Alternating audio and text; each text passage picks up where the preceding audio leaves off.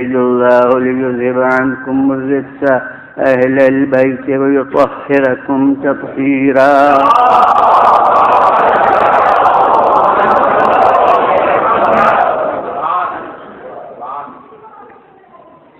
عام دستور تو یہ ہے کہ آیہ مبارکہ کے پڑھنے کے بعد پہلے ترجمہ کیا جاتا ہے، لیکن میں آج اس دستور کے خلاف عمل کرنا چاہتا ہوں کہ تشریح شروع کر دوں گا اور ترجمہ نہیں کروں گا.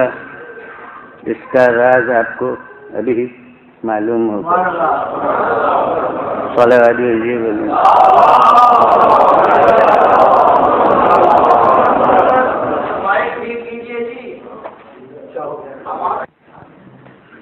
بفیض مجالس مومنین کو جو عربی دان نہیں ہیں یہ بات یاد ہوگی، اتنی دفعہ سنی ہوگی کہ انما جو شروع میں ہے یہ کلمہ قصر ہے.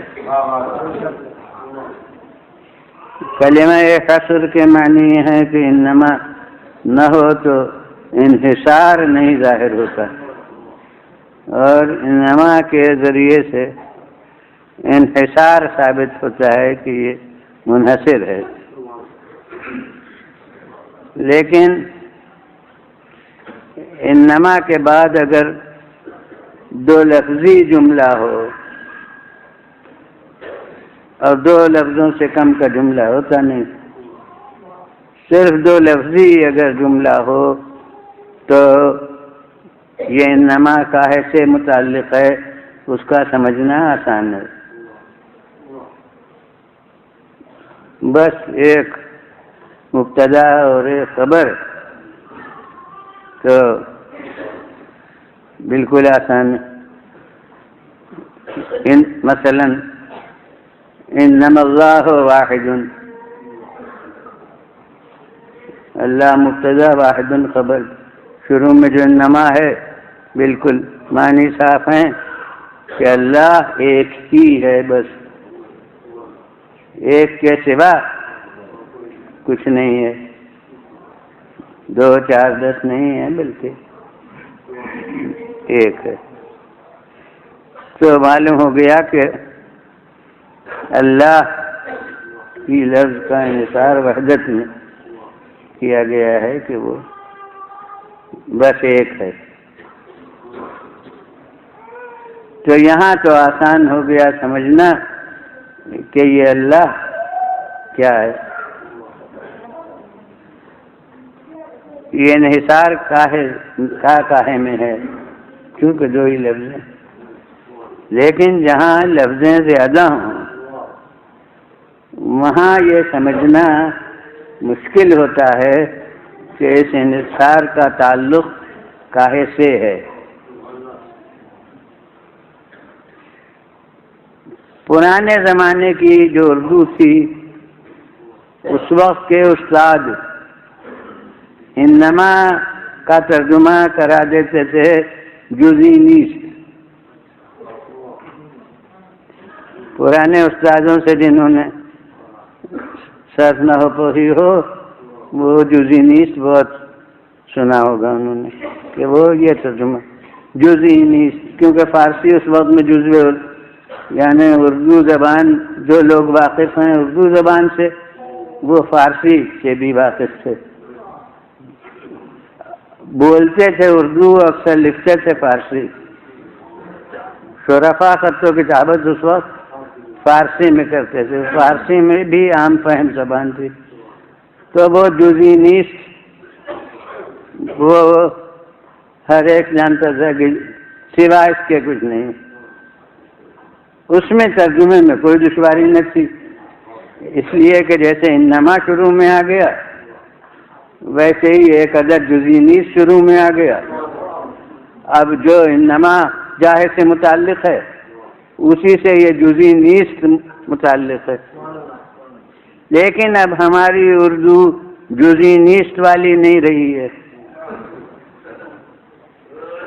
اب ہم انما کے مقصد کو اور انما کے مفہوم کو بس اور ہی سے ظاہر کرتے ہیں. خدا ایک ہی ہے اور اس ہی نے اس انما کا مفہوم ظاہر کیا. تو اب ہمارے لیے ترجمہ بہت مشکل ہے اور اسی سے میں نے ترجمہ نہیں کیا کہ جب تک یہ سمجھ میں نہ آئے کہ انما کاہے سے متعلق ہے اس وقت تک یہی کہاں پر لایا جائے. اب یہاں اس ایک جملے میں انما یرید اللہ لیذھب عنکم الرجس اہل البیت، اب واو کے ذریعے سے وہ بات کا ٹکڑا اس کا جز بنا ہے، ورنہ اصل جملہ یہاں تک آیا ہے. انما یرید اللہ لیذھب عنکم الرجس اہل البیت، یعنی یہاں تک تو جیسے متکلم نے سانس ہی نہیں لی، حالانکہ سانس اس کے بعد بھی نہیں لی ہے ورنہ وقت ہو جاتا. وقت کا نہ ہونا دلیل ہے سانس نہ لینے کی، مگر پھر بھی وہاں سانس لی جا سکتی ہے. اور اس کے پہلے تو بالکل ہی وہ ایک ڈال جملہ ہے انما یرید اللہ لیذھب عنکم الرجس اہل البیت. اب اس انما کا تعلق کاہے سے ہے؟ اب اس میں جتنے پہلو ہیں وہ میں عرض کرتا ہوں اور اس کے لحاظ سے ترجمہ بدلتا جائے گا. تو میں کہتا ہوں کہ صرف قرآن سے تو ترجمہ تک نہیں ہو سکتا.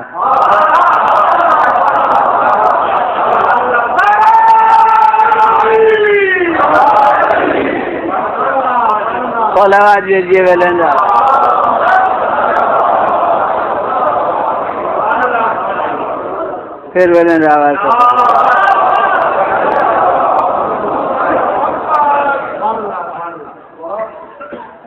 اب جو پہلو ہیں میں عرض کرتا ہوں کہ پہلے یریدو فعل ہے، اب اس کا فاعل ہے اللہ. میں نے عرض کیا کہ ہر پہلو اس کے لحاظ سے ترجمہ بدلے گا، مگر یہ پہلے ہی عرض کر دوں کہ جتنے بھی پہلو ہوں گے وہ فضیلت اہل بیت کو نمایاں ہی کرتے ہوئے ہوں گے. کوئی ایسا نہیں ہوگا جس سے کوئی غیر فائدہ اٹھا سکے.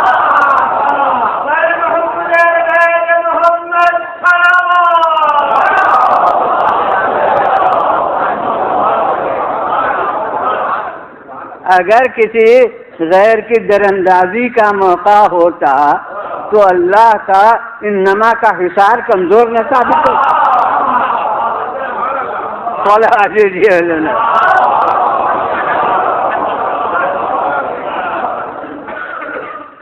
یریدو فعل ہے اور اس کا فاعل اللہ ہے. پہلا احتمال یہ ہے کہ یہ انما کا تعلق فاعل یریدو کے ساتھ ہے، تب یہ معنی ہوں گے کہ کسی اور کا نہیں اللہ ہی کا یہ ارادہ ہے.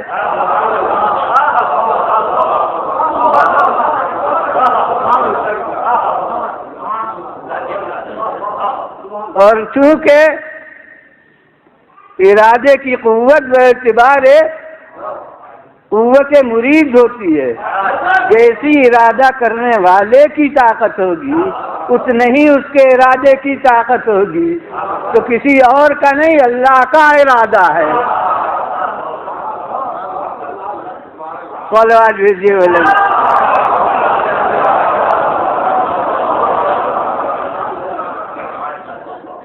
یہ پہلا احتمال. اس کے بعد اب یرید اللہ ہو، یہ اللہ فاعل ہو گیا. لیذھب عنکم، یہ اب مفعول ہے ارادے کا، وہ لام کے ساتھ آیا ہے مگر مطلب اس کا مفعول کا ہوتا ہے. اللہ کا ارادہ یہ ہے کہ تم سے دور کرے. اللہ کا ارادہ یہ ہے کہ دور.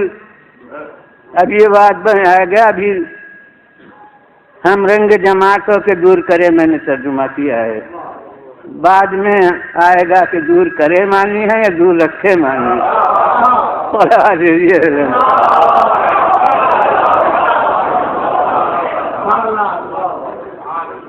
تو اللہ کا ارادہ ہے کہ دور کرے یا دور رکھے، وہ بعد میں فیصلہ ہوگا. اب وہ فاعل ہوا، یہ مفعول ہوا، تو ہو سکتا ہے کہ اس انما کا تعلق مفعول ارادہ سے ہو. تب یہ معنی ہوں گے کہ اللہ کا ارادہ بس یہی ہے.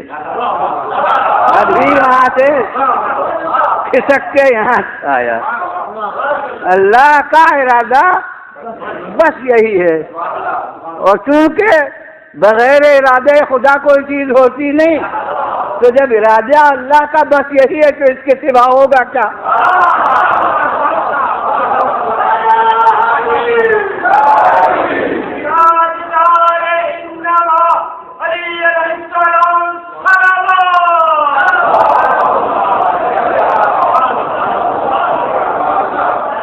صلوات علیہ وسلم.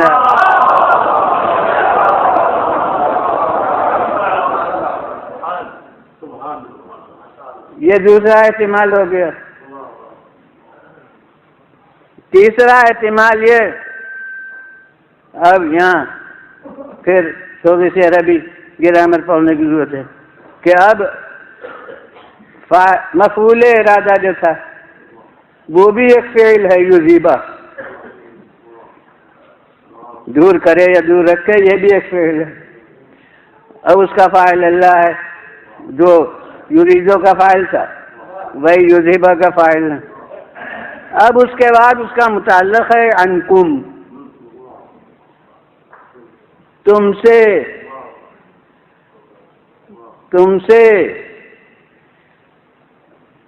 اور پھر دوسرا مفعول ہے الرجس، یعنی کیا دور رکھے؟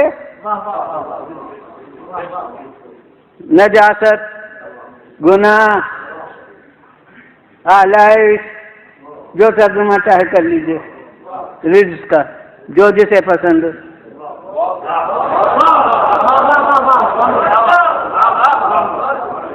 تو جو بھی ترجمہ کیجیے اس کا، یہ دور رکھے. تو ہو سکتا ہے تیسرا احتمال کہ یہ تعلق انما کا مفعول یذیبہ سے ہو، یعنی اللہ کا ارادہ یہ ہے، ابھی کہیں بھی نہیں آیا. اللہ کا ارادہ یہ ہے کہ تم سے بس ہر گناہ کو، بس ہر آلائش کو، یعنی اللہ کا ارادہ یہ ہے کہ فضائل تمہارے دروازے پر خیمہ زن ہو اور برائیاں جتنی ہیں وہ سب دور.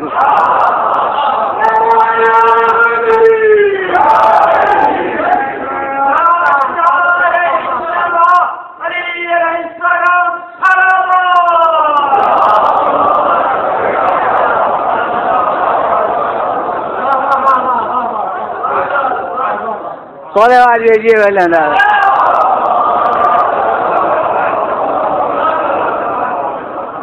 پھر ویلن آواز سے سونے والی.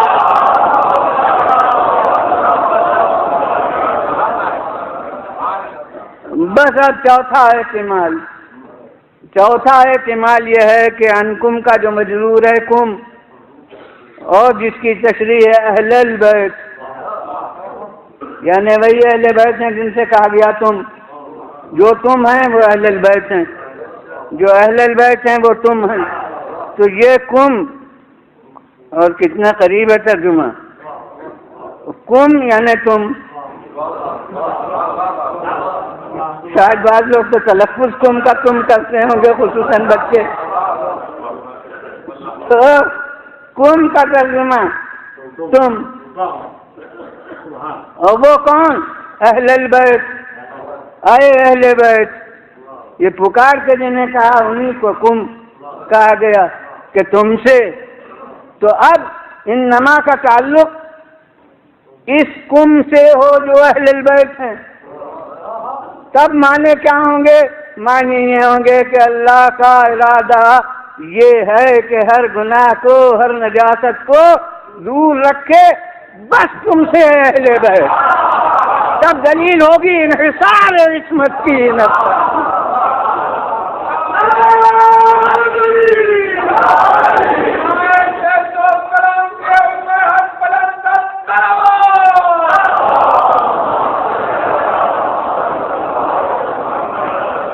صلوات جی بلند.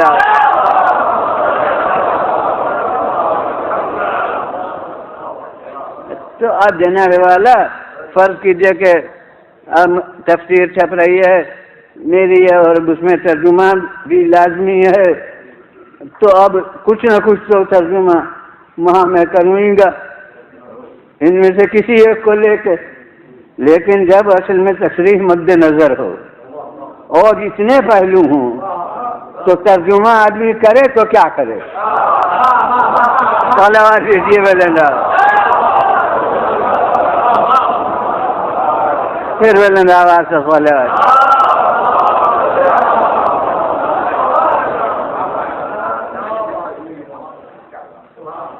ہر اس انما میں اتنے پہلو ہیں اور یہ گرامر سے متعلق بات.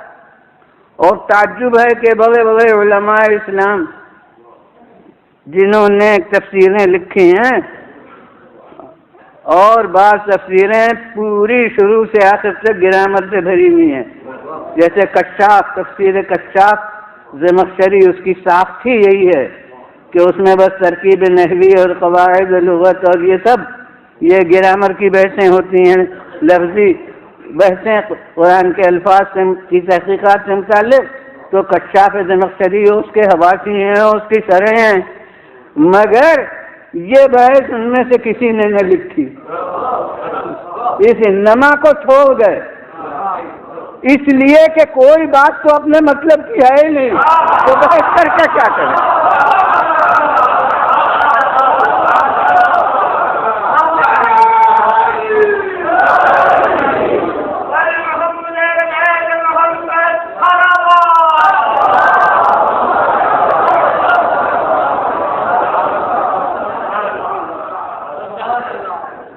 اب زور علم کہاں پر صرف ہوا؟ یذہبا کے معنی میں، وہی جو میں نے اشارتاً اختلاف ترجمہ کو کہا، ظاہر کیا کہ اللہ کا ارادہ یہ ہے کہ تم سے اہل بیت برائی کو، گناہ کو، نجاست کو دور کرے. کیا یہ معنی ہے؟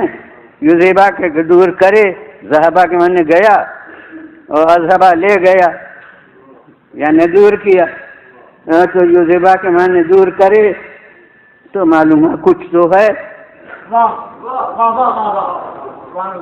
کچھ ہے تو جسے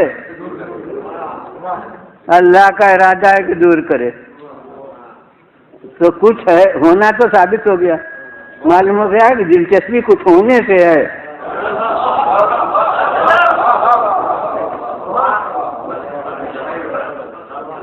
کچھ تو ہے.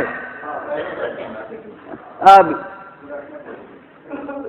میں عرض کرتا ہوں کہ کیا ہر جگہ یہی اس قسم کے لفظ کے معنی ہوتے ہیں؟ ارے وہی یذہبا ہے. جب یہاں معنی ہوں گے کہ دور کرے تو پھر یطہرکم جو آئے گا اس کے معنی ہوں گے کہ پاک کرے. وہ بالکل لازم ملزوم ہے. جب یذہبا کے معنی ہوں گے دور کرے تو یطہرا کے معنی ہوں گے پاک کرے. لغتاً بے شک جیسے یذہبا کے وہ معنی ویسے یطہرا کے یہ معنی. اور اگر یذہبا میں ہم نے کہا کہ معنی ہے دور رکھے تو یطہرا کے معنی ہوں گے پاک رکھے. تو کتنا زمین آسمان کا فرق ہو جاتا ہے. دور کرے اور دور رکھے، پاک کرے اور پاک رکھے۔ ان کے مطلب کی بات یہ ہے کہ یہ معنی ہو کہ دور کرے، وہ کہتے ہیں لغت میں یہی معنی ہے، اور پاک کرے لغت میں یہی معنی ہے۔ میں کہتا ہوں جب لغت میں یہ معنی ہے تو جو میں مثالیں پیش کروں سب میں یہی معنی کہتے جائیے۔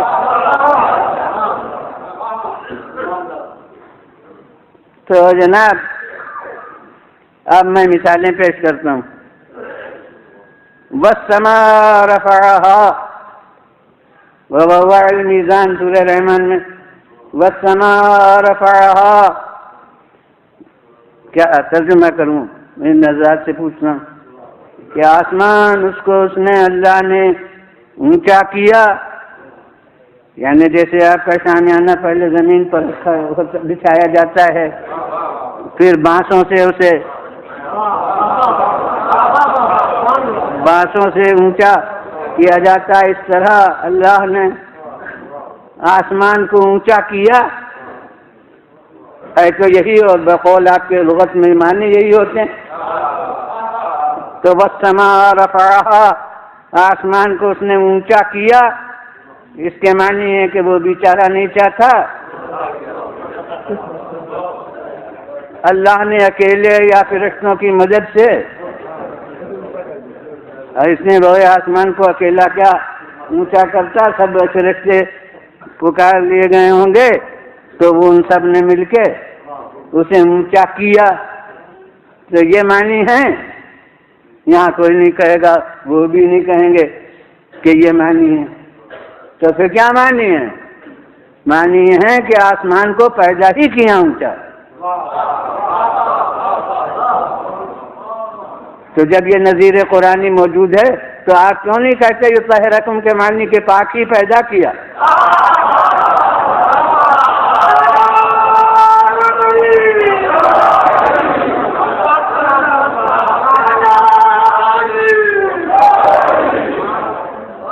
صلوات بھیجیے بجندہ۔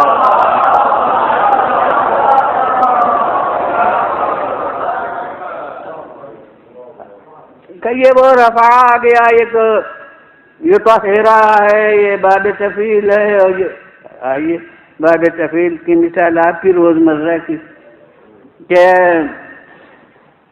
ہمارے یہاں چھوٹے کو خط لکھا جاتا ہے سلمکم اللہ، یہ سلمہ بھی وہی طہرا جو ہے وہی سلمہ ہے، یہ طہرکم جیسے وہی سلمکم ہے، سلمکم اللہ۔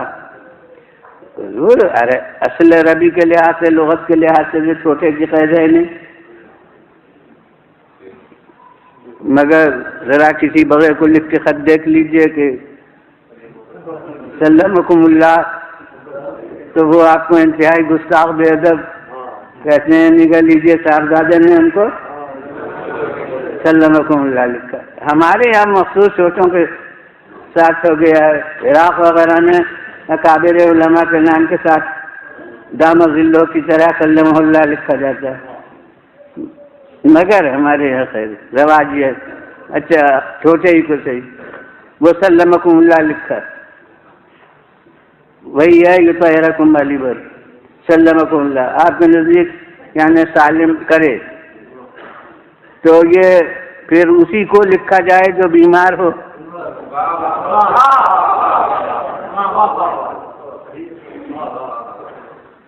اور اگر بیمار نہ ہو اور سلمکم لکھ دیجیے تو وہ برا مانے، لوگوں سے کہیں کہ یہ ہماری برائی چاہتے ہیں، کہ ہم اچھے خاصے، اور ہمیں یہ کہہ رہے ہیں کہ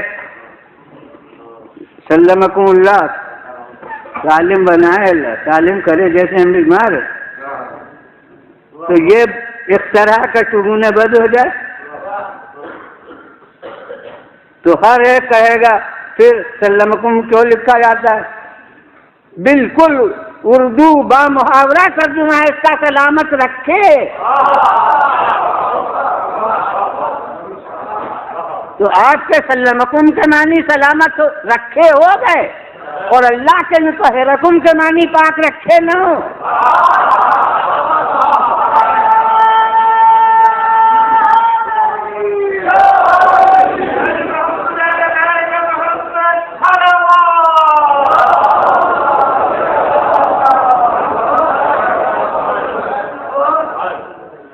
اور ایک مثال آپ کے روزمرہ کی، روزمرہ کیا انشاءاللہ نمازی لوگ وہ کم سے کم 10 دفعہ زبان کو جاری کرتے ہیں، یعنی نماز پنجگانہ سے کم عدد تو ہو ہی نہیں سکتا.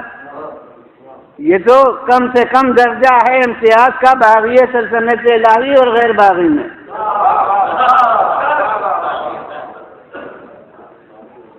حکومت الہی سے وفاداری کا راز ہے کہ یہ باغی نہیں ہے، وفادار بندہ ہے،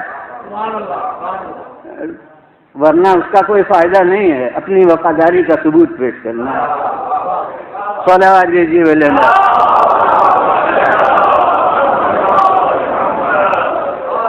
تو اب 5 کم سے کم نمازیں پڑھنا ہے ہر شب و روز میں ہر مسلمان کو، اور ہر نماز میں 2 دفعہ سورہ حمد ہر رکعت میں ضرور 1 دفعہ ہے، اور 2 رکعت سے کم کوئی نماز ہے نہیں، لہذا 10 مرتبہ ضرور. دوسرا سورہ بدل کے پڑھا جا سکتا ہے مگر سورہ حمد کا کوئی بدل نہیں ہے. تو اس کا ہر جملہ کم سے کم 10 دفعہ زبان پر آتا ہے. تو آپ اس میں کیا کہتے ہیں بارگاہ الہی میں؟ اہدنا الصراط المستقیم. کیا معنی؟ ہمیں سیدھے راستے کی ہدایت کر. تو یہ جملہ وہی کہے جو گمراہ ہو.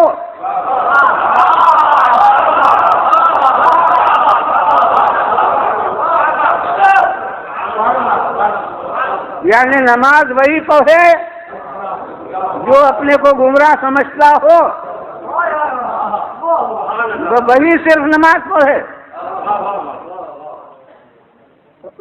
ایک تو کسی کا ضمیر اسے گوارا نہیں کرے گا، اور کوئی نمازی اسے گوارا نہیں کرے گا کہ گویا ہم اقرار گمراہی کرتے ہیں. ہر دفعہ جب آتے ہیں مسلح پر تو 2 مرتبہ، اور 2 پڑھیں ایک وقت میں تو 4 دفعہ اقرار گمراہی کر لیا. تو کوئی نمازی یہ اس کو منظور نہیں کرے گا. اور اگر کوئی کہے کہ ہاں جی ہاں بے شک اللہ کی بارگاہ میں ہم یہی کہتے ہیں کہ ہمیں راستہ دکھا، یعنی لا سیدھے راستے پر، تو میں سوال کروں گا کہ رسول کیا پڑھتے تھے؟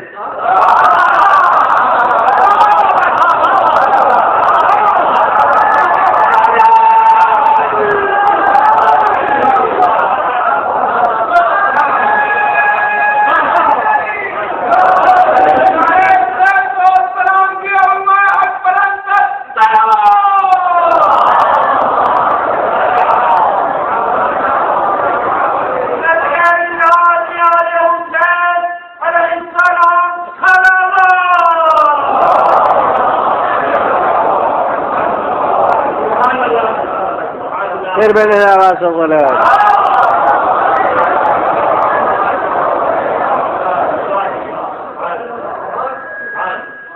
اب مثال تو ہر ایک صاحب ہے، مگر کوئی شخص کہہ سکتا ہے ارے صاحب یہ سب آپ ادھر ادھر پھر رہے ہیں، وہ رفع آیا اور وہ اہدنا اب ہو گیا، اور وہ خیر یسلمکم صحیح وہ ہو گیا. یہ بات تو یطہرکم کی ہے. تو میں کبھی میدان گفتگو میں فرار نہیں کرتا، کسی اور میدان کا کیا ذکر.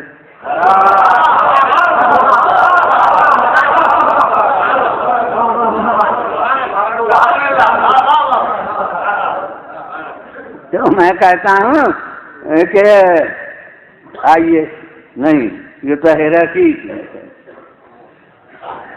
قرآن ہے، روایت نہیں ہے، حدیث نہیں ہے.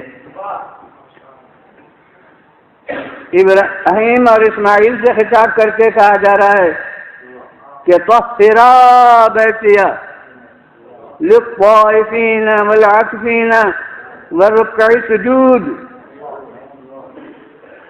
طہرا وہی طہرا کو مالی لفظ ہے، یاد نہیں ہے ادھر ادھر کی کوئی لفظ. طہرا تسنیہ کا صیغہ ہے، دو مخاطب ہیں ابراہیم اور اسماعیل. بتائیے کیا ترجمہ کروں؟ پاک کرو میرے گھر کو. تو تھی کوئی نجاست کعبے میں جہاں معمار اور مزدور بھی معصوم منتخب کیے گئے ہوں؟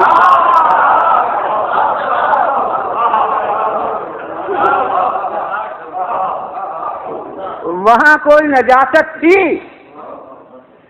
ارے بدھ بھی بہت مدت کے بعد رکھے گئے ہیں، اس وقت تھوڑی تھے.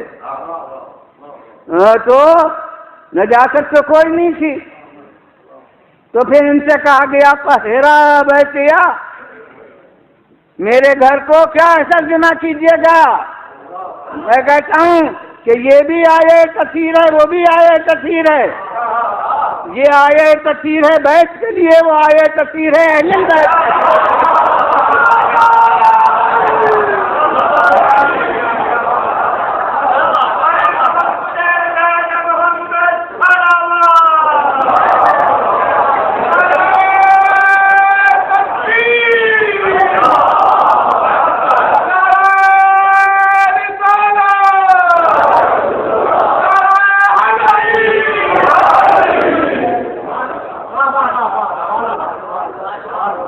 اب جناب میرے سامنے تو بلا فاصلہ شاعر صاحب بیٹھے ہیں، تو مجھے کیوں نہیں یاد ہے شعری کوئی. میں کہتا ہوں کہ بس ایک سوال پر ٹھہرا ہے فیصلہ دل کا کہ بس طہرا کا آپ ترجمہ کر دیجیے، جو طہرا کا میں ترجمہ کر.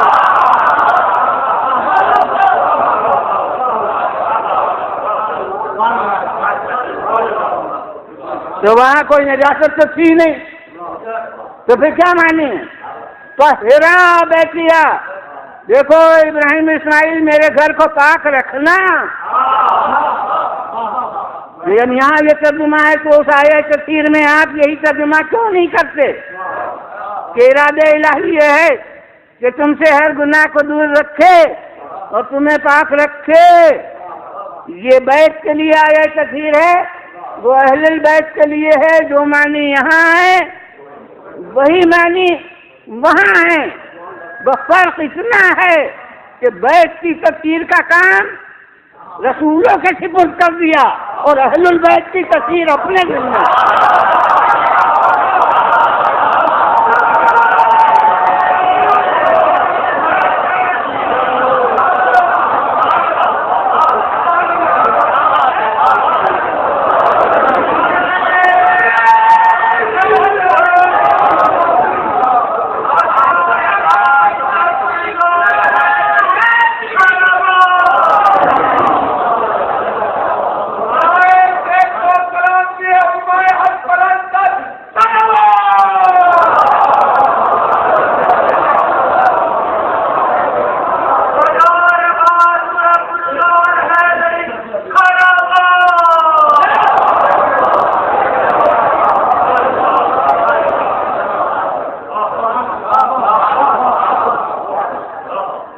یہ تدبیر پیغمبروں کے ہاتھ سے اور وہ تدبیر اپنے ہاتھ سے،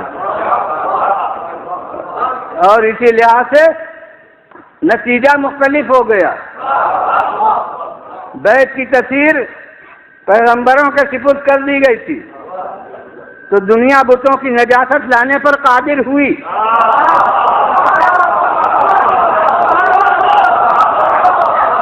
اور جن کی تفسیر اپنے ذمے رکھی تھی مگر سلطنتوں کی کوشش ختم ہو گئی اور ان کے دامن پر کوئی داغ نہیں لگا.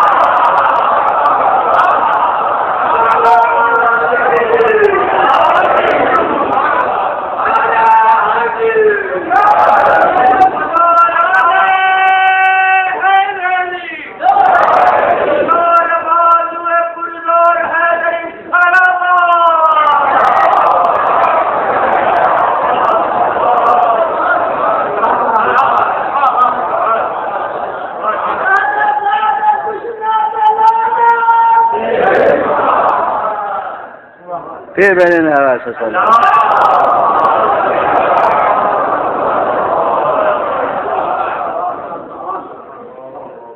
اب یہاں یہ بحث ختم ہو گئی تو اب پورا نقطۂ بحث بن گیا اہل البیت. اے اہل بیت. اب یہاں کوئی زحمت دنیا کو پیش نہیں آئی، کیونکہ بیت کے معنی لغت میں دیکھ لیے، فارسی میں خانہ، اردو میں گھر.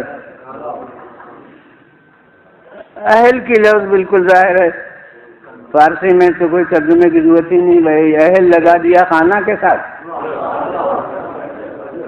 بالکل سیدھا صاف اہل کی اضافت خانہ کی طرف ہو گئی. تو جو لفظ ہوئی سب جانتے ہیں. اور اردو کے لحاظ سے اہل کے معنی والا، تو بس گھر والی. یہ شرفا نہ بولتے ہوں مگر بہت بڑا طبقہ ہے جو خاص رشتے والی کو گھر والی کہتے ہیں. لہذا تفسیر کون مشکل رہ گئی؟ معلوم ہے کہ اہل خانہ کون ہے اور گھر والی کون ہے. لہذا بس وہ افراد ہیں وہ بھی صحیح جو آپ کہتے ہیں، لیکن یہ بھی ہیں. مگر میں کہتا ہوں کہ اگر یہ معنی ہے تو وہ بھی صحیح کیوں؟ ان میں سے کوئی بھی اس لفظ کے تحت میں جو ترجمے ہیں نہیں آتا. آپ ترجمے یہ کر رہے ہیں اور پھر انہیں بھی بضرورت حدیث کہ سیاستہ کی حدیث ہے کہ وہ افراد ہیں چادر کے نیچے، تو انہیں تو آپ نکال تو سکتے نہیں. مگر میں کہتا ہوں کہ بڑی علامت کسی بات کے غلط ہونے کی یہ ہے کہ خود اس کا کہنے والا اس پر قائم نہ رہ سکے. میں کہتا ہوں کہ یودھیبا میں آپ نے اتنی بڑی جو بحث کر ڈالی کہ دور کرے اور پاک کرے، اس کے ثبوت میں کہ کچھ ہے، تو اب یہاں شوق کیوں ہے اپنے منظور نظر افراد کو مصداق بنانے کا؟ معلوم ہوتا ہے کہ وہ بحث کر رہے تھے مگر دل میں یہ تھا کہ ہے تو بڑی فضیلت،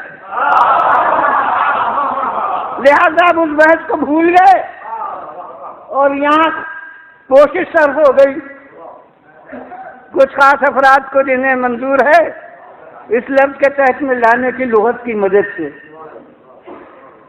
مگر میں کہتا ہوں کہ پیغمبر اسلام صلی اللہ علیہ وسلم یہ ذرا سے بھی جو عربی نہ ہیں وہ جانتے ہوں گے، اور جو غیر عربی نہ ہیں وہ بھی تشریح کے بعد جان لیں گے کہ اہل البیت یہ دو لفظ نہیں ہیں. اہل و بیت یہ حقیقت میں تین لفظ ہیں. ایک ہے اہل اور ایک ہے بیت اور ایک یہ بیچ میں الف لام جو ہے ال.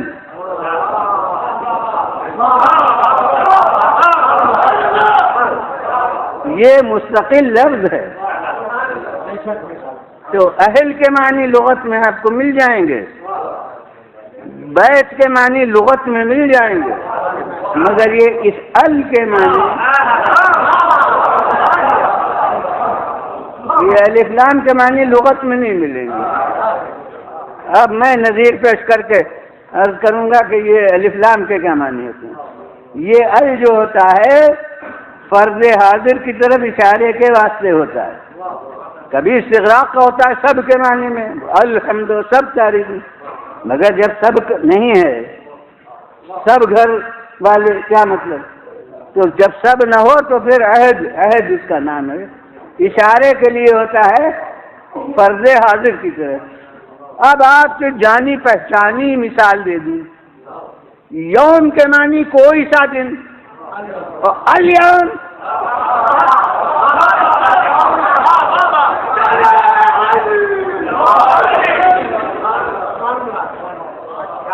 کیا معنی؟ آج ہر اردو دار آدمی بھی جو مجلسوں میں شریک ہوتا ہے وہ الیوم سے پوری آیت ذہن میں آ گئی، چاہے لفظ نہ ہے مگر مطلب اس کا۔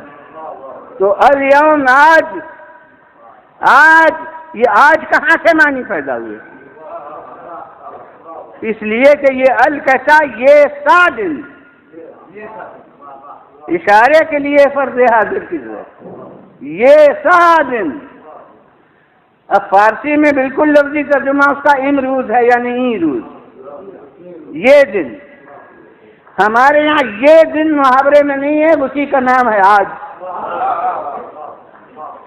تو یہ آج کے معنی اس الف لام سے پیدا ہوئے، یعنی روز حاضر، یہ دن جو اس وقت ہے۔ تو اب ال کے معنی صاف ہو گئے کہ اشارے کے لیے ہوتا ہے فرض حاضر کی طرح۔ تو اب اہل البیت کے معنی نہ اہل خانہ ہے، نہ گھر والی ہے، نہ گھر والا ہے۔ اہل البیت کے معنی ہے اس گھر والے۔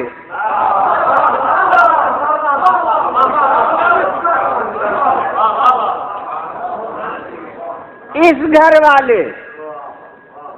اب اشارہ لغت میں اس کے معنی کچھ ہوتے ہی نہیں، اشارے کا تعلق دیکھنے سے ہے کہ کاہے کی طرف اشارہ ہے۔ میں کہوں گا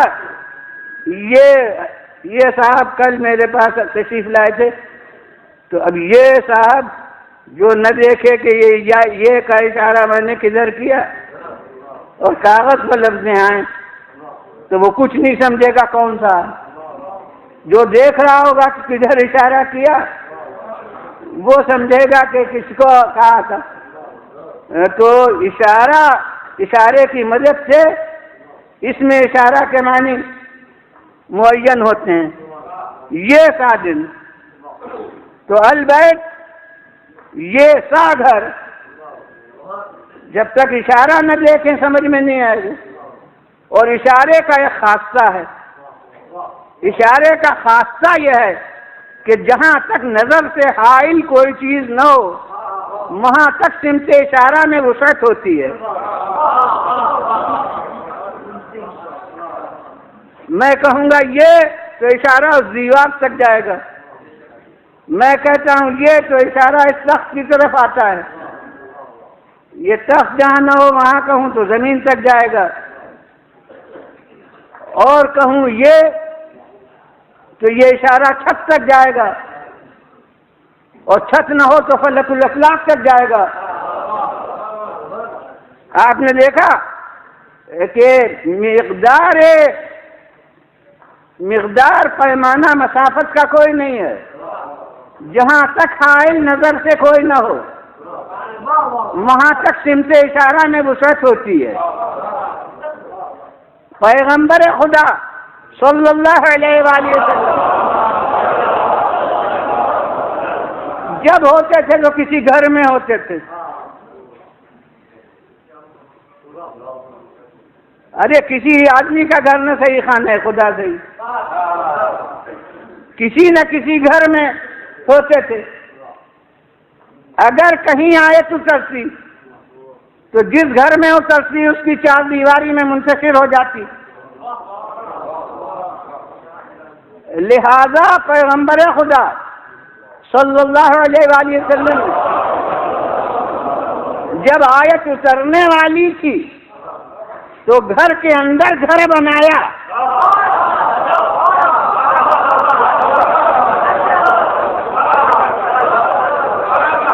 اور ایک بڑی حقیقت ہے جس کو ایک جملے میں کہہ کے آگے بڑھنا چاہتا ہوں کہ اس سے معلوم یہ ہوتا ہے کہ پیغمبر کو قرآن کی آیت کا کہ کیا اترے گی علم نازل ہونے کے بعد نہیں ہوتا تھا، بلکہ نازل ہونے کے پہلے معلوم ہوتا تھا کہ کون آیت ہوتی۔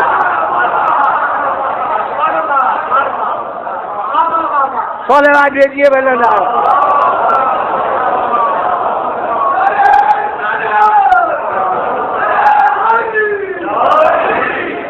پھر بلند آواز سے صلوات۔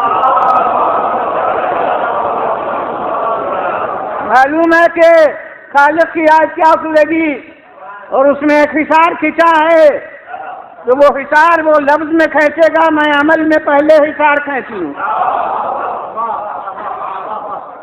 تو گھر میں گھر بنایا، گھر کا سنگ بنیاد بن کے چادر کے اندر خود لیتے،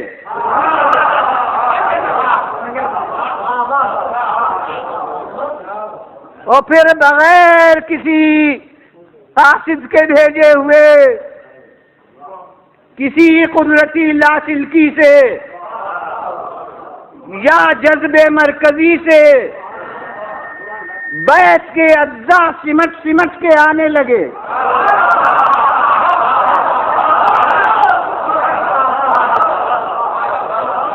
صلوات دیجیے بھلے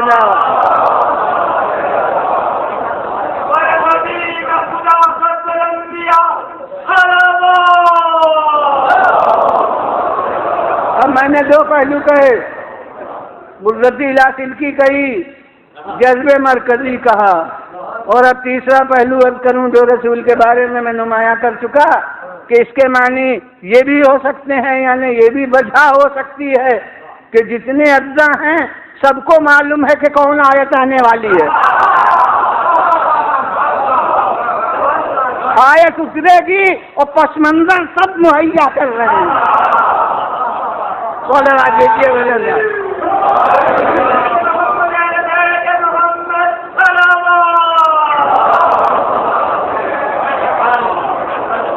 پھر بلند آواز سے صلوات۔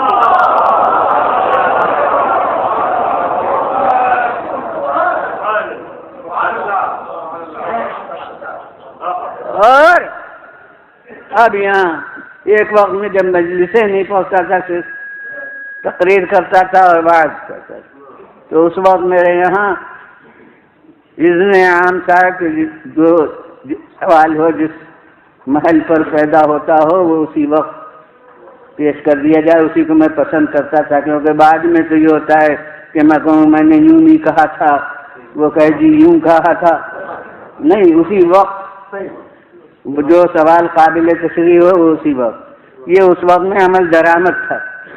اب جب سے مجلسیں پڑھنا شروع کی تو جو کہ داد مجلس کے خلاف ہے، اور پھر دوسرے حضار مجلس کو بار ہو جاتا ہے، وہ آوازیں آتی ہیں بیٹھ جائیے چپ رہیے، تو اس بنا کے اوپر وہ دروازہ جب سے مجلسیں پڑھنے لگا تب سے ختم ہوا، ورنہ مدت 10 برس تک میں نے مجلسیں پڑھی نہیں، وہ شہباز ہوتا تھا مسجد میں، اور تو اس وقت یہ اذن عام تھا۔ تو میں نے جب یہ بیان کیا موعظے میں مسجد کے ایک دن، تو ایک عربی داں صاحب علم انہوں نے بیچ سے کہہ دیا کہ یہ چادر میں یہ بیت کہاں سے آئی؟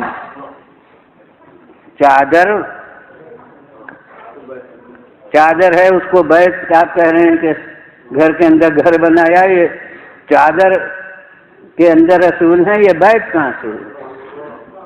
تو اب چونکہ عربی کے طالب علم سے اور عربی پہنچتے تھے، اب ماشاءاللہ عربی نہ افراد اور صاحبان علم بھی موجود ہیں، تو میں نے پہلے تو ابو العلاء معرری کا شعر پڑھا، بہت بڑا شاعر ہے عرب کا، اور سخت زند اس کا دیوان ہے، ایک وقت میں لکھنؤ یونیورسٹی کے فاضل ادب کے نصاب میں داخل تھا، تو اس کا ابو العلاء معرری کا شعر میں نے پڑھا، الحسن یظہر فی شیئین رونقہ بیت من الحسن او بیت من الشعر، الحسن یظہر فی شیئین رونقہ بیت من الشعر او بیت من الشعر، یہ شعر ہے ابو العلاء معرری کا۔ اب ترجمہ کر دوں، حالانکہ ترجمے میں وہ بات تو کہیں بھی نہیں ہوتی، وہ صرف قرآن میں نہیں، کسی بھی عربی کے کلام میں فصیح کا ترجمہ اردو کا کسی زبان کے جملے کا میر تقی میر کے لوگ ترجمہ کریں اور غالب کا کریں، وہ بس منہ چبانا ہے، ترجمہ نہیں ہوتا۔ تو بہرحال ترجمہ بقدر امکان یہ ہے کہ شاعر کہہ رہا ہے کہ حسن کا جلوہ دو قسم کے بیتوں میں نمایاں ہوتا ہے. ایک شعر والی بیت، دو مصروں کا مجموعہ بیت کہلاتا ہے نا عربی میں. یہ شعرا کچھ بھی حدیث ہے، میں کیا کروں کہ من قال فینا بیتن بن اللہ لہ بیتن فی الجنہ، جو ایک بیت ہمارے بارے میں نظم کرے اس کے لیے اللہ جنت میں ایک بیت بنا دیتا ہے.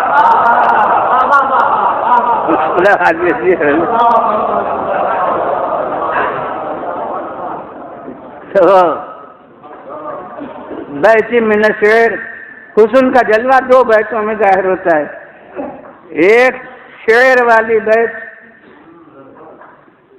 یعنی نظم میں جب ذکر حسن ہو تو پھر جلوہ حسن نمایاں ہوتا ہے. اور یا وہ اس زمانے میں تو اب آج کل بھی رسم ہو گئی، جو قدیم بات تھی وہ جو ہے کہ عموماً حسن میں دیہاتوں کا ذکر ترقی یافتہ ادب میں بہت وسع ہو گئی ہے کہ اب محل والیوں کا حسن نہیں ہوتا بلکہ دیہات والیوں کا حسن وہ مرکز مذہب بن گیا ہے. تو وہی عرب کا مزاج ہی وہی تھا. تو بیت من الشعر، حسن کا جلوہ دو چیزوں میں نمایاں ہوتا ہے، ایک شعر والا بیت اور ایک بالوں سے جو بیت بنتا ہے. تو عرب میں چادریں کھینچ کر بنائے جاتے تھے اپنے قیام کے مکانات. تو معلوم ہوا کہ چادروں سے جو بیت بنے وہ بھی کلام عرب میں بیت ہوتا ہے، اور دار نہیں ہے، بیت ہی ہے. تو بیت من الشعر اور بیت من الشعر، یہ تو کلام عرب سے مثال پیش کی. اور اب اس کے بعد میں نے کہا کہ قرآن اور واقعے دونوں کو ملا کر اب دیکھیے کہ یہ بیت ہے یا نہیں. واقعات بحمد اللہ فیض مجالس سے سبھی کو معلوم ہے. میں کہتا ہوں کہ قرآن کی تعلیم ہے کہ جب بیوت میں داخل ہو گھروں میں تو پہلے سلام کرو اور اجازت دو.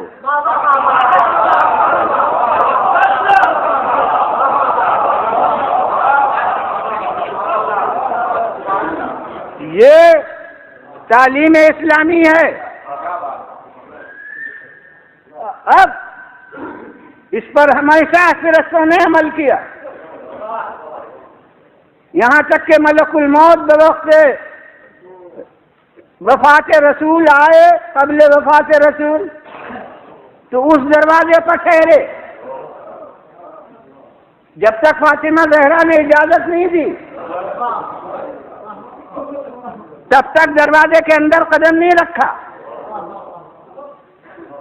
یہ رسول کے مصائب میں آپ تو نہ کرتے ہوں گے، جو مجلس ہوتی ہوگی بلکہ 28 سفر کو، تو اس دروازے پر ٹھہرے ملک الموت. اور آج جبرائیل جب چادر کے پاس آئے تب اجازت مانگی.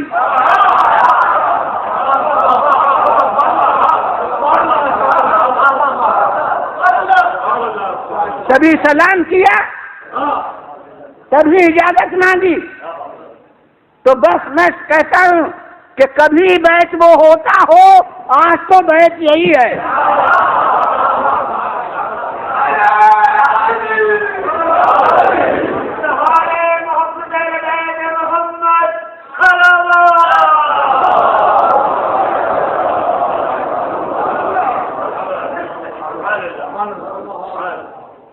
اور حالانکہ وہاں سے اجازت لے کر آئے تھے، اور قرآن کہہ رہا ہے کہ لا یسبقونہ بالقول وہم بامرہ یعملون. اللہ پر وہ فرشتے جو ہیں بات کرنے میں سبقت نہیں کرتے، اس کے حکم پر عامل ہیں. تو یہ اجازت مانگی یقیناً مقصد شناس قدرت تھے، اور یہ اللہ نے ان کے دل میں ڈالا کہ وہ اجازت طلب کریں، اور اللہ نے بھی بلا تکلف اجازت دے دی.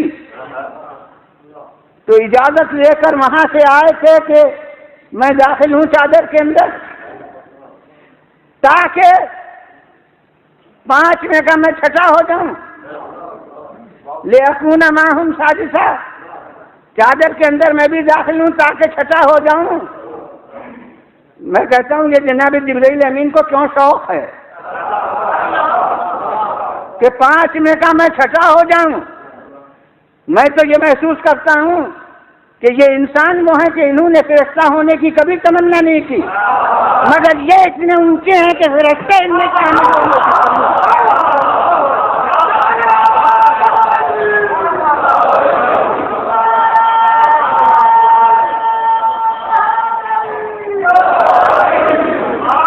دیجیے بھائی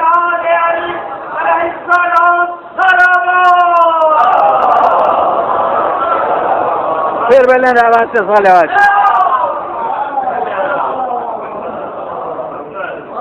تو وہاں سے اجازت لے کر آئے تھے، مگر اب اس دنیا میں آ کے ان کی عملداری میں داخل ہو گئے، لہذا ان کے آئین شریعت پر عمل کرنے کے لیے اب ان سے اجازت مانگ رہے ہیں. اس وقت اجازت پہ اکتفا نہیں کرتے جو خدا سے لے لی تھی. اب جو یہاں صاحب مکان ہے، اب جو صاحب بیت ہے، اس سے سلام کر رہے ہیں کھڑے ہو کر، اور اب اس سے اجازت لے رہے ہیں کہ میں بھی داخل ہو جاؤں، اور اب ان کی اجازت سے داخل ہوتے ہیں. میں کہتا ہوں یہ اس سے اجازت لے کے کیوں آئے اور ان سے اب اجازت طلب کر کے کیوں داخل ہوئے؟ یہ بھی مقصد الہی کی تکمیل تھی، انما کی تفسیر کرنا تھی. ملک بھی اگر چادر کے باہر کھڑے ہو کے آیت پڑھتا تو پھر اشارہ 4 دیواری میں منتشر ہو جاتا.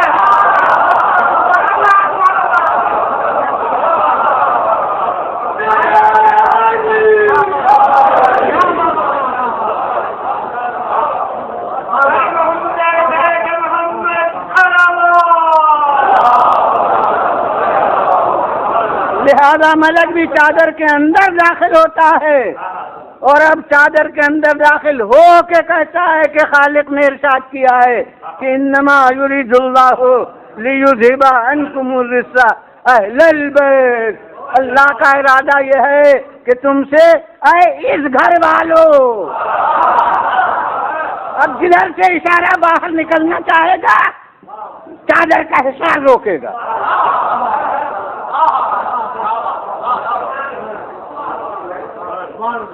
اور اب یہاں اس بحث کو پھر تازہ کرتا ہوں، وہ پاک کرے یا پاک رکھے. میں کہتا ہوں کہ اب چادر کے اندر جو افراد ہیں انہیں دیکھ کے بتاؤ کہ پاک کرے معنی ہے یا پاک رکھے معنی ہے. اور مسلمان سے کہوں گا کہ یہ غور سے دیکھ لینا کہ اس میں رسول اللہ بھی ہیں.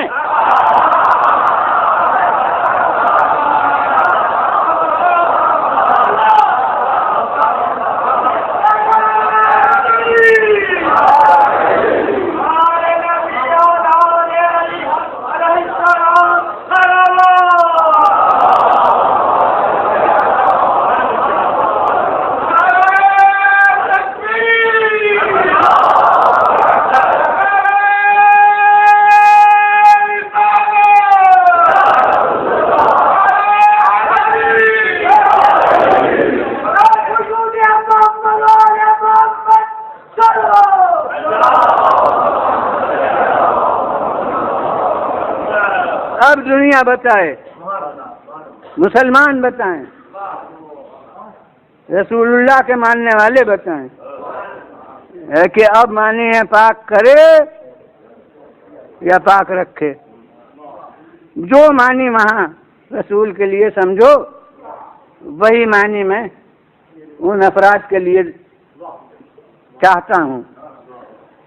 ان کو میں رسول سے بہانا نہیں چاہتا ہوں. صلوات دیجیے بلند.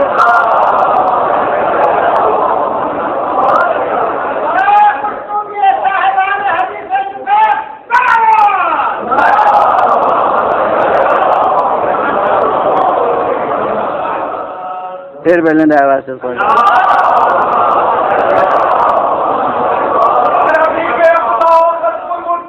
یہ تو میں نے مسلمانوں سے بلا تفریق فرقہ عقیدہ اسلامی کا دباؤ ڈال کر گویا جواب حاصل کیا.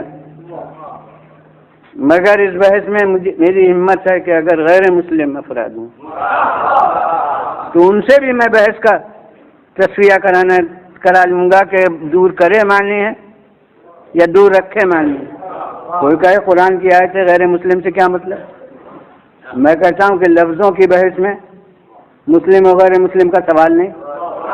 وقف نامے کی لفظیں ہوتی ہیں تو غیر مسلم جج بھی فیصلہ کرتا ہے، ضرورت نہیں ہے کہ واقف کا وہ ہم مذہب ہو۔ میں اس کے سامنے اپنا کیس پیش کروں گا کہ رسول نے یا خدا نے جس نے بھی ہو ان لوگوں سے یہ لفظیں عربی کی کہیں ہیں۔ اب آپ فیصلہ کیجئے کہ اس کے معنی ہے دور کرے یا دور رکھے۔ میں غیر مسلم سے اس کا فیصلہ کرا سکتا ہوں، وہ کیوں کر وہ یوں کہ اس سے کہوں گا کہ آئیے دیکھیے یہ افراد ہیں، ان میں اگر سب بالغ ہوں تو معنی ہو سکتے ہیں دور کرے، اور اگر ان میں بچے بھی ہوں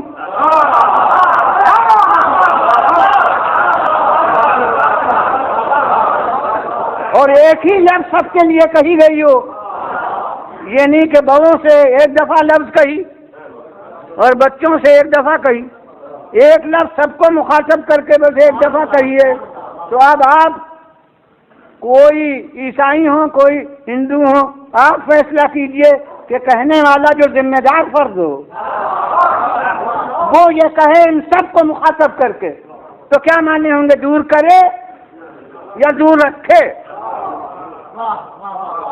اب تو مجبور ہے ماننے پر، جبکہ ان میں بچے بھی ہیں جو گنہگار کسی مذہب کی زبان میں نہیں ہیں۔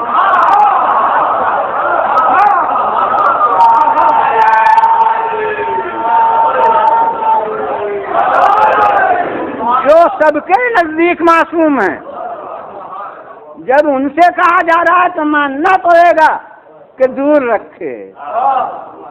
بس میں کہتا ہوں کہ اب ان بچوں کی شان دیکھنا ہے جن کی شرکت بزرگوں کی عصمت کی تشریح کر دے۔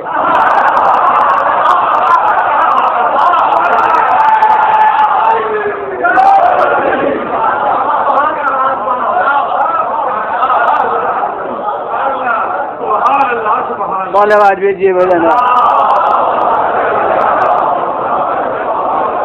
پھر بلند آواز سے آواز۔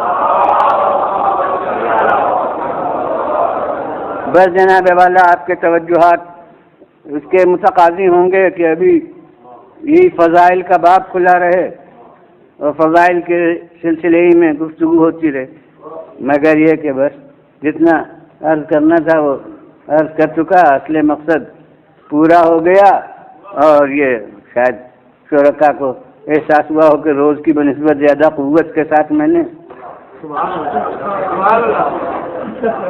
آج بیان کیا ہے، لہذا اب آگے نہیں بڑھتا ہوں۔ اسے اکثر کہتا رہا ہوں کہ مجھے فضائل سے منتقل ہونے میں مصائب کی طرف زحمت نہیں ہوا کرتی، دست و گریباں ہیں ان کے فضائل اور مصائب۔ میں کہتا ہوں کہ آج ان بچوں کی شرکت نے اپنے بزرگوں کی بے گناہی کی تشریح کی، اور بخدا میرے نزدیک تو کربلا کا چشمہ جو ہے اس کی شرکت نے پورے مجاہدین کربلا کے بے خطا ہونے پر مہر تصدیق ثبت کر دی۔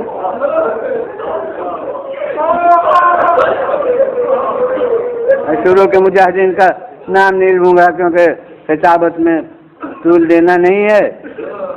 جب تک عباس آئے ہیں دنیا کہہ سکتی تھی کہ تلوار نہ صحیح نیزہ لے کے آئے تھے، اب جنگ نہ کرتے تو کیا کرتے؟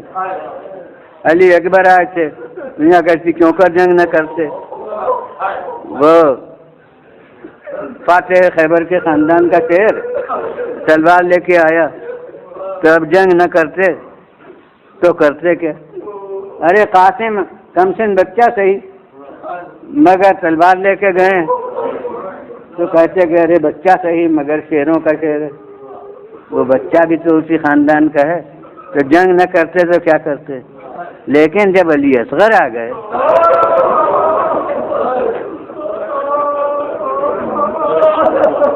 تو اب دنیا اپنے ظلم کی کوئی توجیہ نہیں کر سکتی، دنیا اپنے ظلم کی کوئی وجہ نہیں بیان کر سکتی۔ ارے یہ کون تلوار لے کے گئے، یہ کون نیزہ لے کے گئے؟ ان کے پاس بس ایک زبان بے زبانی ہے۔ اب جب ان پر تیر ستم رہا ہوا تو پتا چلا کہ جتنے تھے سب بے گناہ تھے،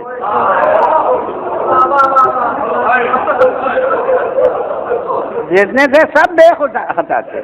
جیسے حسن و حسین کی شرکت نے بتا دیا کہ وہ جتنے ہیں سب ابتدا سے معصوم ہیں، ویسے ہی ان کی شرکت نے بتا دیا کہ جتنے ہیں پورا جہاد بے خطا ہے، جتنے مجاہدین ہیں سب بے خطا ہیں۔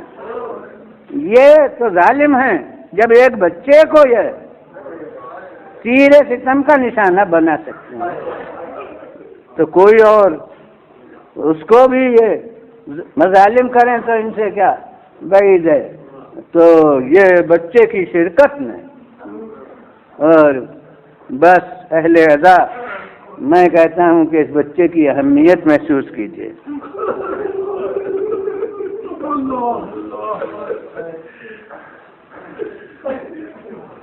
شہزادے کی عمر کیا؟ نام کا جز 6 ماہ، اس کے لیے الگ سے تلاش کرنے کی ضرورت نہیں، 6 مہینے شہزادے کی عمر۔ اور سفر امام کی مدت کتنی؟ بھائی 6 مہینے رجب میں چلے، محرم میں شہادت ہو گئی تو 6 مہینے تو ہوئے۔ اب کچھ سمجھ میں آیا؟ میری تو سمجھ میں یہی آیا کہ جیسے بعثت رسول منتظر رہی ان علی کے ایک عمر تک پہنچنے کی، ویسے ہی حسین کا اقدام عمل منتظر رہا اس علی کے دنیا میں آنے کا۔ بس ادھر علی اصغر دنیا میں آئے، پتہ نہیں چلتا کئی دن کے تھے کہ مولا نے سفر غربت اختیار کیا۔ اور اب میں تو یہ کہوں گا کہ علی اصغر کی زندگی کا ہر دن مولا کے سفر کی ایک منزل ہے، اور جب مولا کا سفر اختتام تک پہنچا تو علی اصغر کی عمر انتہا تک پہنچ گئی، اور بس اس دنیا کے اصول کے مطابق کہہ رہا ہوں انتہا تک پہنچ گئی۔ اور میں کہتا ہوں کہ اب ان کی عمر کی ایک نئی حد شروع ہو گئی، اور اب ایک جملہ ہے، ظاہر ہے کہ نہ کسی کو گھٹانا ہے نہ کسی کو بڑھانا ہے، جو واقعاتی فرق ہے وہ عرض کر رہا ہوں کہ کربلا کے دن تک ہمیں معلوم ہے ایک علی اکبر تھا اور ایک علی اصغر تھا، اور کربلا کے بعد تو جو علی اکبر کی عمر ہے وہ علی اصغر کی عمر ہے۔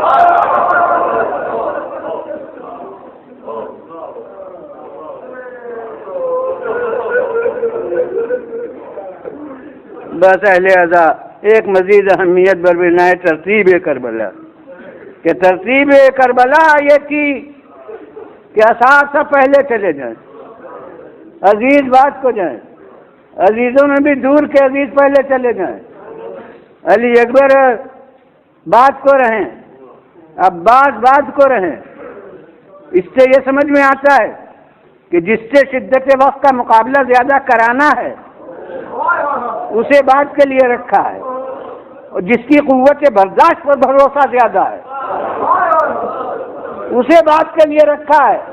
بس بارگاہ حسینی میں یاد کرنا ہے کہ عباس کے بھی بعد یہ علی اکبر کے بھی بعد یہ 6 مہینے کی جنگ، یہ شہزادہ علی اصغر ویسے تو مولا نے اپنا بس پیش خیمہ رکھا، ان کے بعد بس خود مولا میدان میں گئے ہیں، اور بس اس شہادت کی ایک خصوصیت اور اسی پر ختم کہ ہمیں تاریخ کربلا میں تردد کا کوئی وقت نہیں ملتا. دیکھیے غم اور ہے، رنج اور ہے، صدمہ اور ہے، مگر جس کا نام تردد ہے ایک وقت بھی نہیں ملتا کہ جب کسی محل پر تردد ہوا ہو. مگر بس یہ ایک منزل ہے، سخت مصائب میں حل نہیں کر سکتے. مگر یہ تردد کا کون محل ہے؟ بس تردد اس وقت ہوا ہے جب لائے تھے بچے کو اور ہاتھوں پر لاش.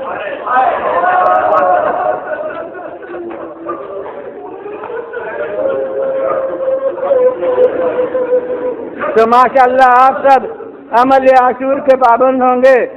تو عمل عاشور کی دو ترکیبیں ہیں، ایک میں تو 100 مرتبہ مرتبہ لان ہے، اور ایک دوسری ترکیب ہے.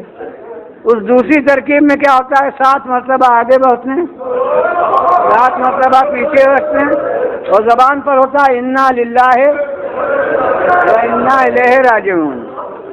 حدیث میں نہیں ہے مگر علماء نے کہا ہے کہ یہ شبیہ ہے عمل حسین کی، اور وہ یہی منزل ہے تردد کی کہ جب علی اصغر کو لائے ہیں تیر کھانے کے بعد تو مولا چاہتے ہیں خیمے کے اندر جائیں، مگر پھر خیال ہوتا ہے کہ رباب سے کیا کہوں گا.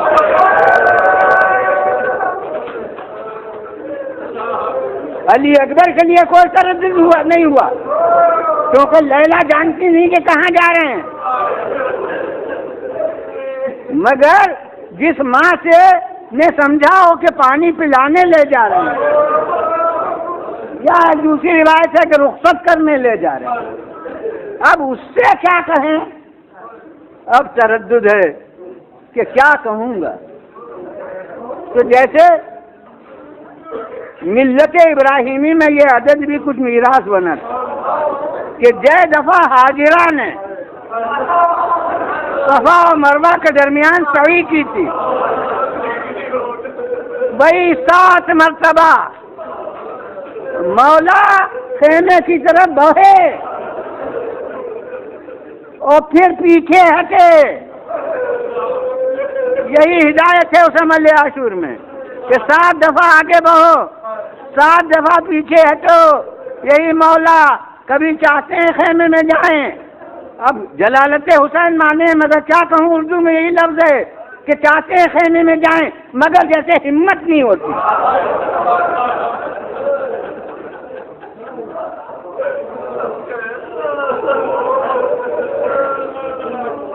بس جب 7 مرتبہ آمد رفت ہو چکی تو اب مجھے تو پھر یہی لفظ ملتی ہے کہ اب دل کو مضبوط کر کے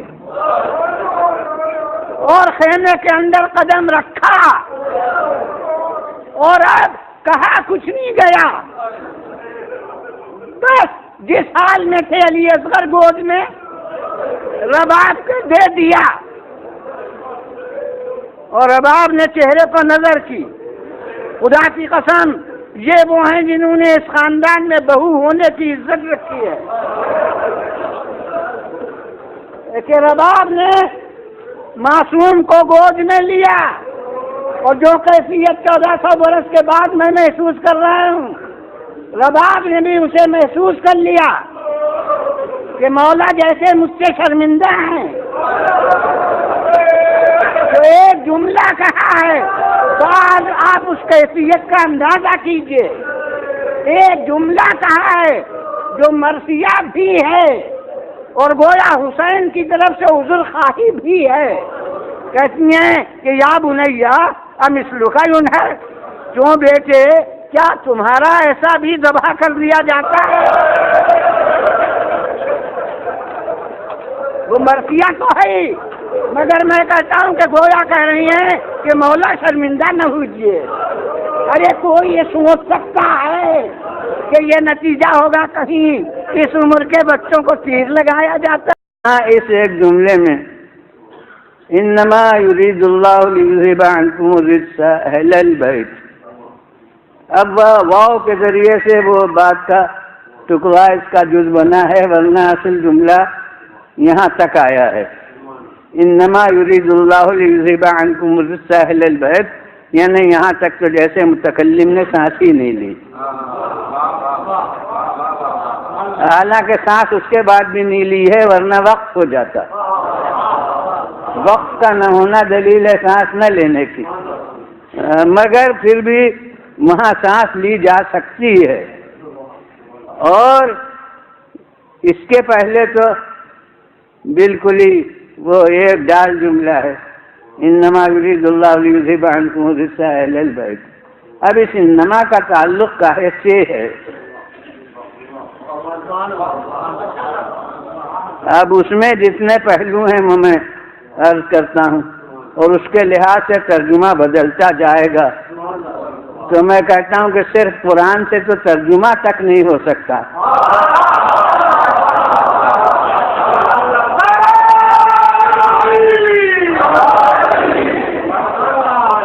صلوات دیجیے ویلندا۔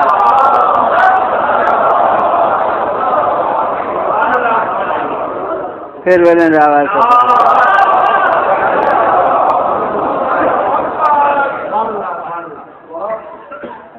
اب جو پہلو ہیں میں عرض کرتا ہوں کہ پہلے یریدو فعل ہے، اب اس کا فاعل ہے اللہ۔ میں نے عرض کیا کہ ہر پہلو اس کے لحاظ سے ترجمہ بدلے گا، مگر یہ پہلے ہی عرض کر دوں کہ جتنے بھی پہلو ہوں گے وہ فضیلت اہل بیت کو نمایاں ہی کرتے ہوئے ہوں گے۔ کوئی ایسا نہیں ہوگا جس سے کوئی غیر فائدہ اٹھا سکے۔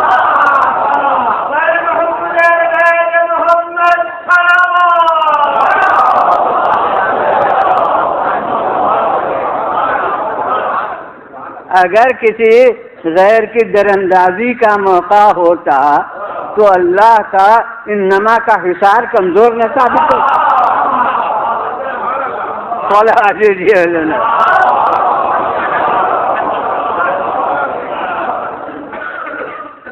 یریدو فعل ہے اور اس کا فاعل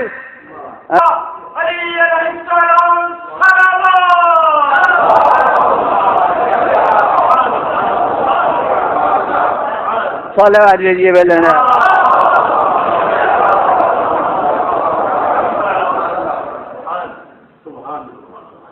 یہ دوسرا احتمال ہو گیا۔ تیسرا احتمال یہ، اب یہاں پھر تھوڑی سی عربی گرامر پڑھنے کی ضرورت ہے کہ اب مفعول ارادہ جو تھا وہ بھی ایک فعل ہے، یذھب، دور کرے یا دور رکھے، یہ بھی ایک فعل ہے، اب اس کا فاعل اللہ ہے، جو یریدو کا فاعل تھا وہی یذھب کا فاعل ہے۔ اب اس کے بعد اس کا متعلق ہے عنکم، تم سے،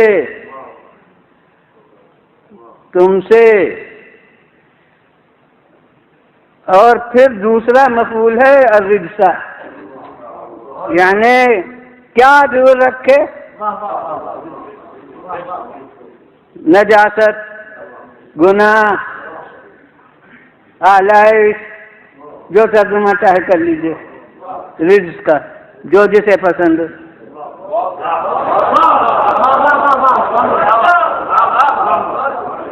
تو جو بھی ترجمہ کیجیے اس کا، یہ دور رکھے، تو ہو سکتا ہے تیسرا احتمال کہ یہ تعلق انما کا مفعول یذھب سے ہو، یعنی اللہ کا ارادہ یہ ہے، ابھی کہیں بھی نہیں آیا، اللہ کا ارادہ یہ ہے کہ تم سے بس ہر گناہ کو، بس ہر آلائش کو، یعنی اللہ کا ارادہ یہ ہے کہ فضائل تمہارے دروازے پر خیمہ زن ہو اور برائیاں جتنی ہیں وہ سب دور ہو۔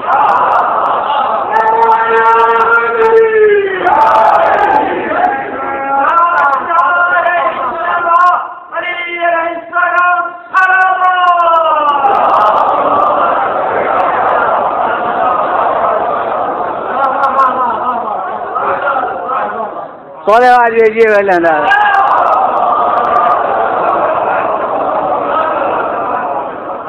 پھر بلند آواز سے صلوات.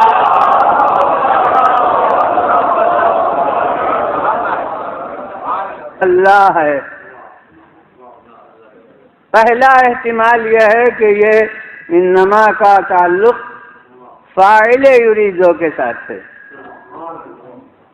تب یہ معنی ہوں گے کہ کسی اور کا نہیں، اللہ ہی کا یہ ارادہ ہے.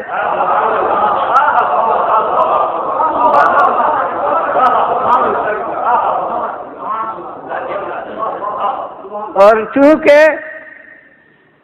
ارادے کی قوت و اعتبار قوت مرید ہوتی ہے، جیسی ارادہ کرنے والے کی طاقت ہوگی اتنے ہی اس کے ارادے کی طاقت ہوگی. تو کسی اور کا نہیں، اللہ کا ارادہ ہے. صلوات بھیجیے اللہ.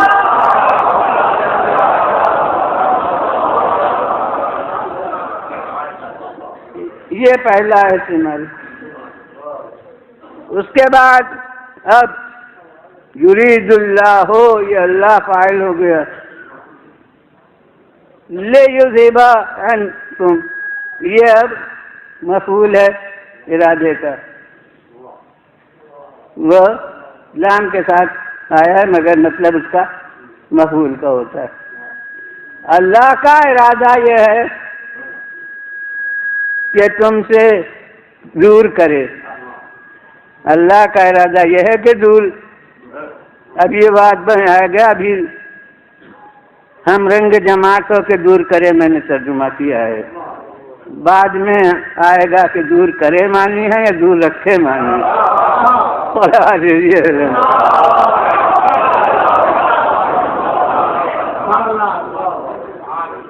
تو اللہ کا ارادہ ہے کہ دور کرے یا دور رکھے، وہ بعد میں فیصلہ ہوگا. اب وہ فاعل ہوا، یہ مفعول ہوا، تو ہو سکتا ہے کہ اس انما کا تعلق مفعول ارادہ سے ہو.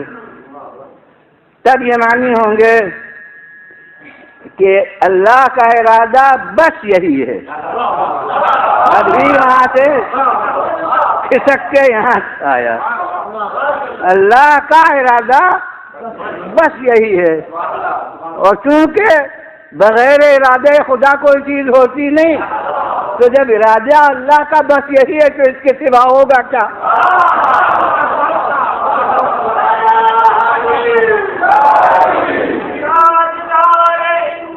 یہ لفظ کا انحصار وحدت میں کیا گیا ہے کہ وہ بس ایک ہے. تو یہاں تو آسان ہو گیا سمجھنا کہ یہ اللہ کیا ہے. یہ انحصار کاہے میں ہے، کیونکہ دو ہی لفظ ہیں. لیکن جہاں لفظیں زیادہ ہوں وہاں یہ سمجھنا مشکل ہوتا ہے کہ اس انحصار کا تعلق کاہے سے ہے. پرانے زمانے کی جو اردو تھی اس وقت کے استاد انما کا ترجمہ کرا دیتے تھے جزئی نیست.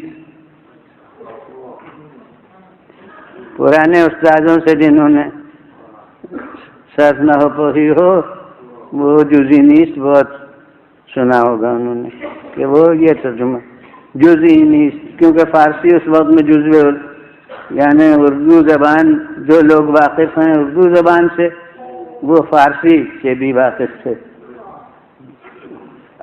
بولتے تھے اردو، اکثر لکھتے تھے فارسی.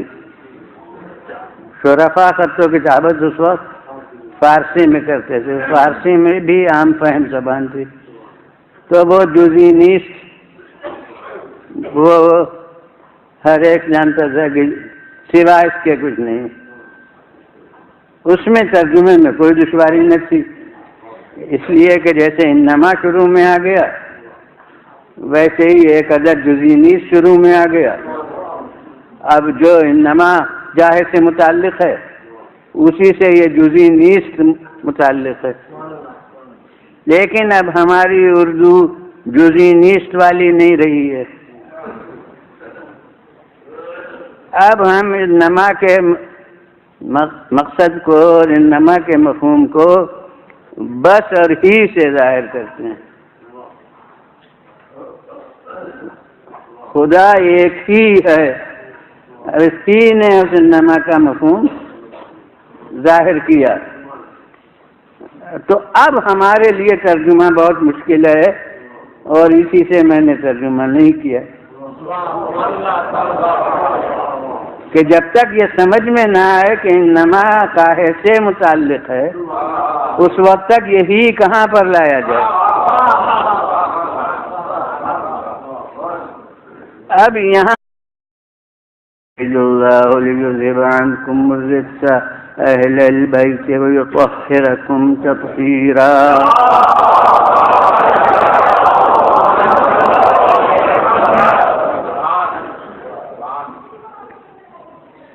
عام دستور تو یہ ہے کہ آیہ مبارکہ کے پڑھنے کے بعد پہلے ترجمہ کیا جاتا ہے، لیکن میں آج اس دستور کے خلاف عمل کرنا چاہتا ہوں کہ تشریح شروع کر دوں گا اور ترجمہ نہیں کروں گا. اس کا راز آپ کو ابھی معلوم ہوگا. صلوات علیہ وسلم.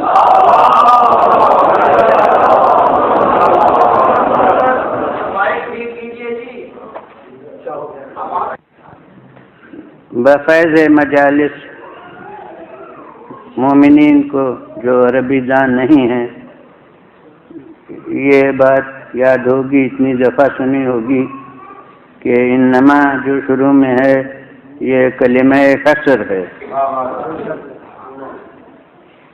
کلمہ حصر کے معنی یہ ہے کہ انما نہ ہو تو انحصار نہیں ظاہر ہوتا، اور انما کے ذریعے سے انحصار ثابت ہوتا ہے کہ یہ منحصر ہے. لیکن انما کے بعد اگر دو لفظی جملہ ہو، اور دو لفظوں سے کم کا جملہ ہوتا نہیں، صرف دو لفظی اگر جملہ ہو تو یہ انما کاہے سے متعلق ہے، اس کا سمجھنا آسان ہے. بس ایک مبتدا اور ایک خبر تو بالکل آسان ہے. مثلا انما اللہ واحد، اللہ مبتدا واحد خبر. شروع میں جو انما ہے بالکل معنی صاف ہیں کہ اللہ ایک ہی ہے، بس ایک کے سوا کچھ نہیں ہے. 2 4 10 نہیں ہے، بلکہ ایک ہے. تو معلوم ہو گیا کہ اللہ